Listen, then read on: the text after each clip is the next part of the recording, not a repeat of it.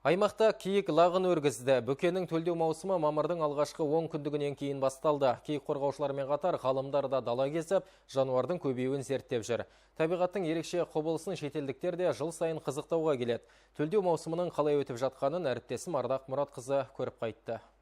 Төлдеу маусымы басталған кезде далада өте сақ жүру керек, өткені кез келген жерде бөкеннің лағы жүру мінекей алдымыздан біреу орағытып өтті. Олардың терісі жер түстес болғандықтан бірден байқалмайды. Мысалы, мынау биылғы төл салмағы шамамен 2,5-3 келідей. Жалпы төлдету маусымы әлі бір аптаға дейін созылады.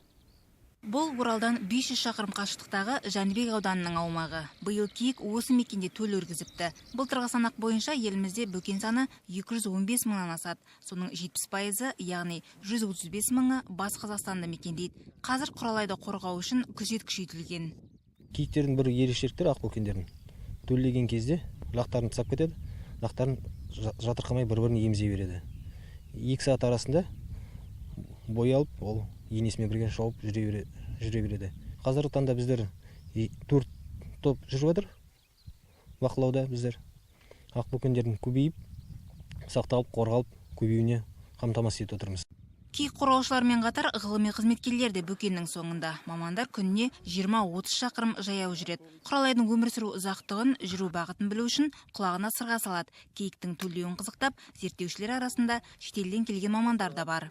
Мұнда екінші рет келуім. Киіктің неден ауыратынын, мал ауруының оларға әсерін зерттеп жүрмін. Сынамаларды Англияға апарып, студенттермен бірге сараптама жасаймыз. Очень все хорошо. Төлдеу маусымы өте жақсы өтіп жатыр. Жаппай өлім не шығын жоқ. Негізінен егіз туып жатыр. Үшемдер де бар. Осымен 4-ші жыл келуіміз. Ғылым үшін өте құнды мәліметтер жинап жүрміз. Ақбөкенді атуға 2020 жылға дейін мораторий жарияланып тыйым салынды. Алайда қаскөйлер айылын жияр емес. Соңғы 2 жылда киік атып мүйізін сатқан 88 тұлға сотталды. Сайын даланың киіз саналатын жануар әлде адам қамқорлығына зәру.